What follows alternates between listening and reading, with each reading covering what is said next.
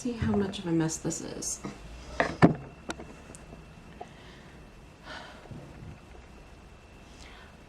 We need to talk about this. Today I am doing a long overdue video request from some of you, and it's an update to some of the historical hair care that I had been doing. I answered a lot of questions down in the comment section on those previous videos, and since I've been doing a more modern routine for the last 2 months and I'm really missing my historical hair care, I thought it would be a good time that maybe we should chat about some of this, because I went to record some videos for y'all and I've got this giant rat's nest I have to comb out. So why don't we chat, right? So one of the hallmarks of modern hair care,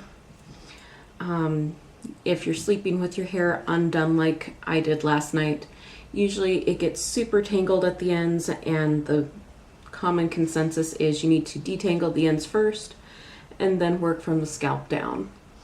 A lot of that is because we use modern shampoo on a fairly regular basis, which loosens up the oils and debris and gets rid of them when you wash your hair. It can also leave your hair pretty dry depending on the products you're using, not using, that sort of thing. And my hair in particular, no matter what I've used, has always been super dry at the ends. And when it tangles, it knots really badly. It's pretty fine. So we're gonna start to detangle this. One of the things I really loved about doing the historical hair care was that my ends didn't get like this. My hair, I usually slept in braids. It was bound up. And so in the morning, all I was doing was a quick, hey, loosen everything up, comb out any dandruff, and then go on about my day, do whatever I'm gonna do. But the longer your hair is down and kind of free-flowing 70s vibes, the more tangled it's gonna get, at least with my hair type. So that is probably the number one thing I miss about my historical hair care. It's not having to take the time to be constantly detangling it.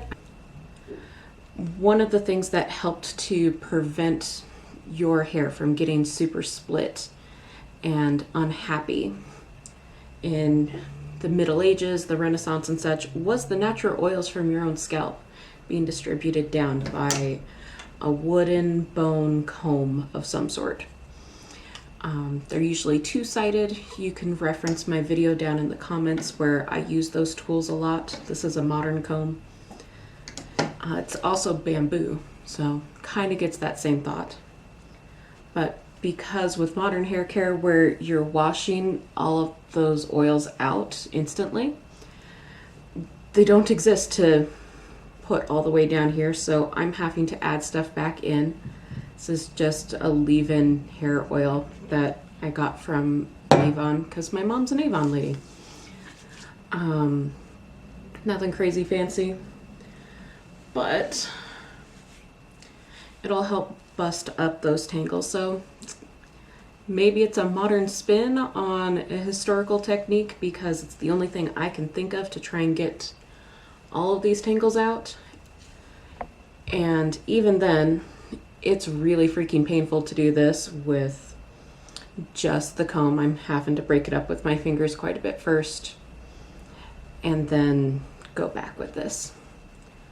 Another thing I learned about when I was doing that previous experiment that I didn't explain terribly well in the video was how much your diet and environment can affect the quality of your hair and how you care for it. When I was eating a lot of fried food, my hair would get greasy within a day, maybe 2 days. And then I had to try and clean all of that out. It felt really gross.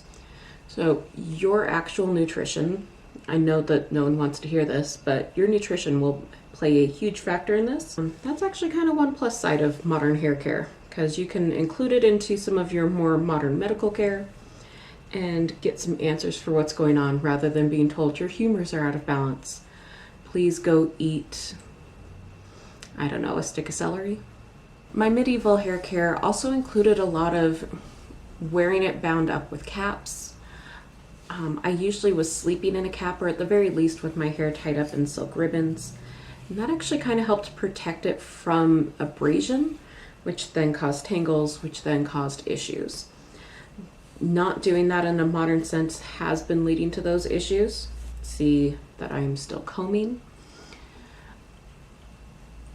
And it gets really bad for me when I'm using flannel sheets like I am this time of year. Most of the stuff I've seen from medieval household accounts had a lot of linens, like actual linen flax fiber for your bedding. And it doesn't tangle your hair like this. It just doesn't. I have a set that I've made for camping, and it does not do this. If you're going to be doing the modern hair care, maybe look into something that isn't going to be fuzzy for your pillowcases, because the fuzzy will do this with your hair and bind it all up and tease it in your sleep if you don't sleep like a log. So in my direct messages that I got on Instagram after that, someone asked me about how frequently I was washing my hair, doing like a modified medieval thing versus modernly. For that experiment, it's down in the description, I went over it. I think I went 2 weeks without washing my hair, which for me is kind of long.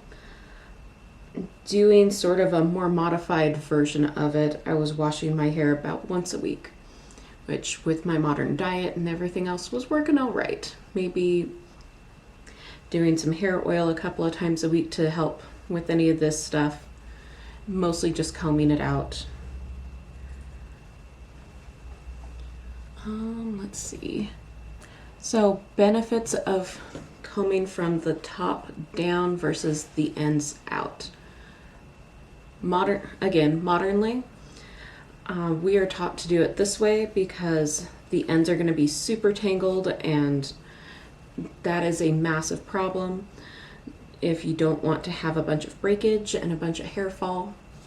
So yes, if you were doing more modern hair care, I would agree, detangle your ends first and then work your way down. Historically, because their ends weren't getting tangled up, they were tied up in braids, kept under caps. It wasn't left to get matted. You would start at your scalp and work your way down, and that's going to distribute the hair oils that you already have down. There's also a bunch of recipes for historical hair oils that do help to kind of detangle. Some of them carry a hair dye sort of agent. I'm working on editing a video I did earlier this year where you're trying to use sandalwood to dye your hair in a hair oil. Got the baseline of tangles out. Woot woot. So let's do this.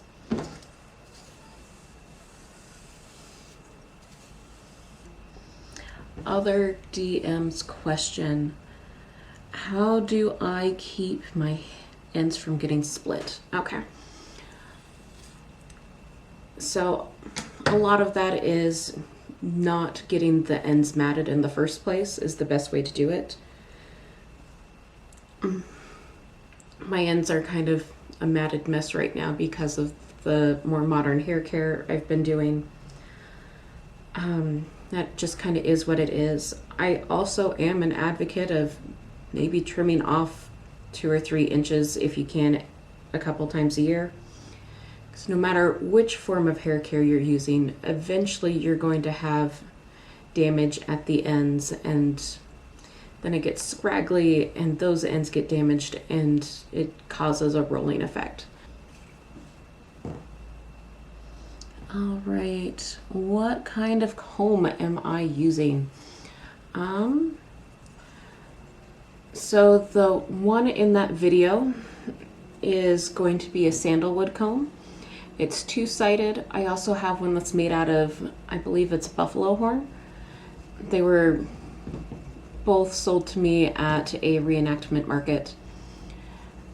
This one in particular we're using today is just a bamboo comb I got at my local health food store with their hair care section. So use what you like. I personally like to use the natural fibers because I find the plastic ones are a little less forgiving when it comes to my hair, and I tend to have it snap more. That's my personal experience. Next up, do I color my hair? Sometimes I will get a thing of Lush henna and use that to color my hair. I haven't really used a lot of chemical hair dyes because I've seen them wreck some of my friends' hair at different points in time. So I really liked the Lush hair dye. It does take a lot more than it used to because my hair's longer. Now it takes half a brick where it used to only take 2 cubes. If you want to see a video on that, go ahead and comment down below. And the next time I'm in the mood to do some hair dyeing shenanigans, I will make a video on it. Will I make more hair care videos? Yes. Yes, that is absolutely one of my plans. That is actually part of what we are batch shooting today. So you'll get a couple of different historical hairstyles here in the next few months to kind of keep everybody happy and doing stuff while I'm working on a big sewing project that I need to have done before my birthday in January.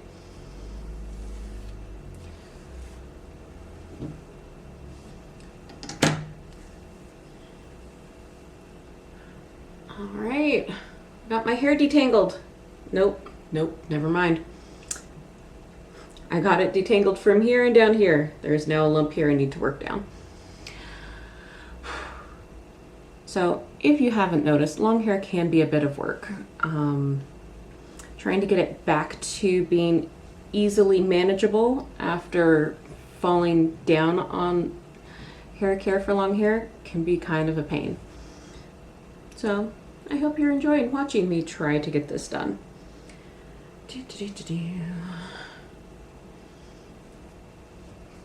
All right, question from my DMs.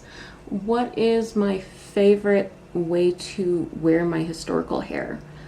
I really like the mid to late 16th century Italian braiding options. There's a bunch of us on YouTube that really enjoy those too. So, I'm probably going to be doing a video on hair taping because it's actually a pretty easy place to start. But there's a whole lot of other just world of really interesting things that they were doing in Italy at that point.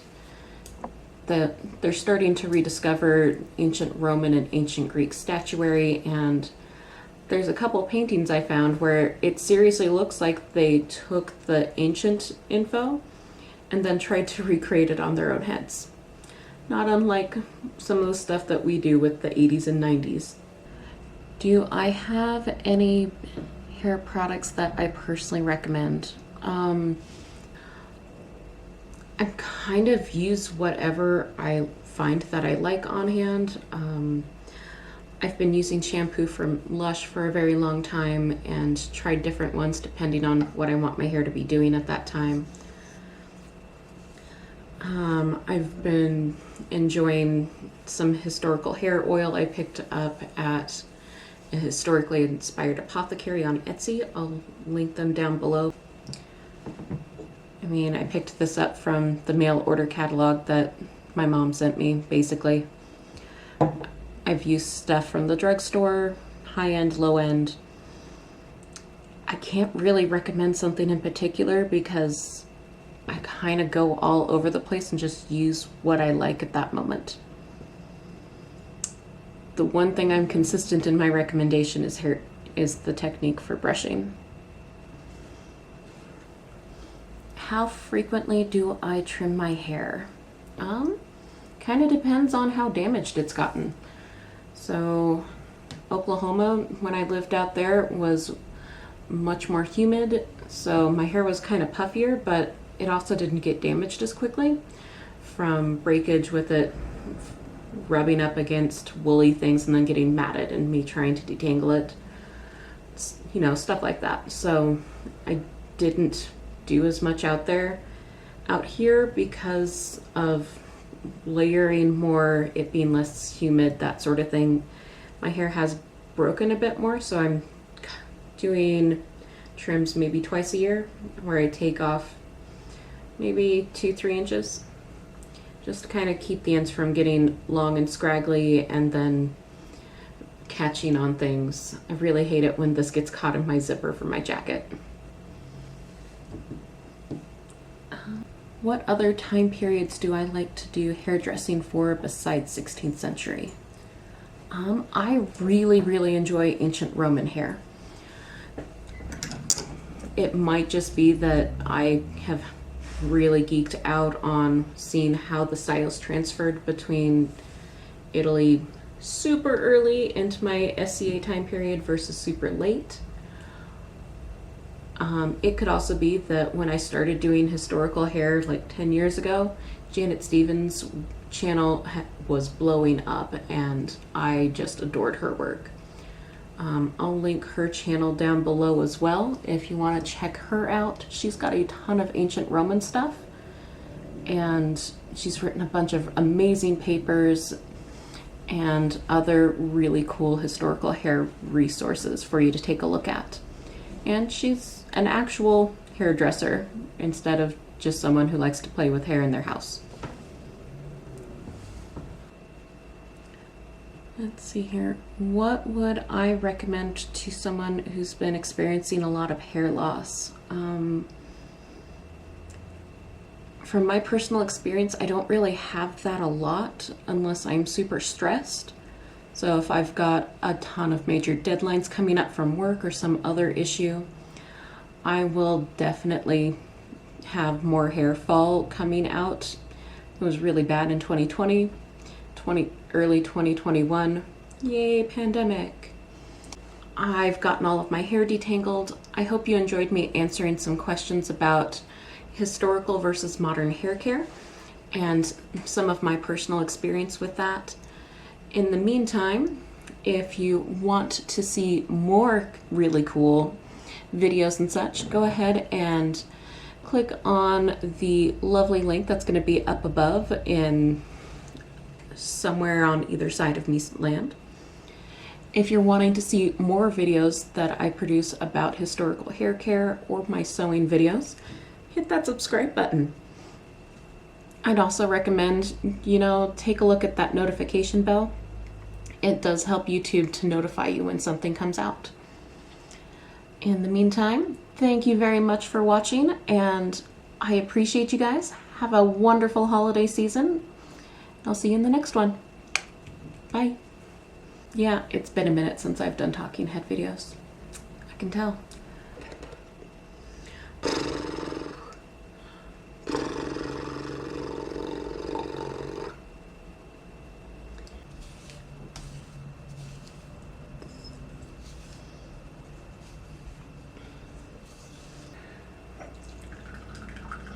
Did I crack my cup? Oh noes. Is my cup cracked? My teacup cracked. I have to get with some friends that do that Japanese gold thing for pottery. I love this teacup.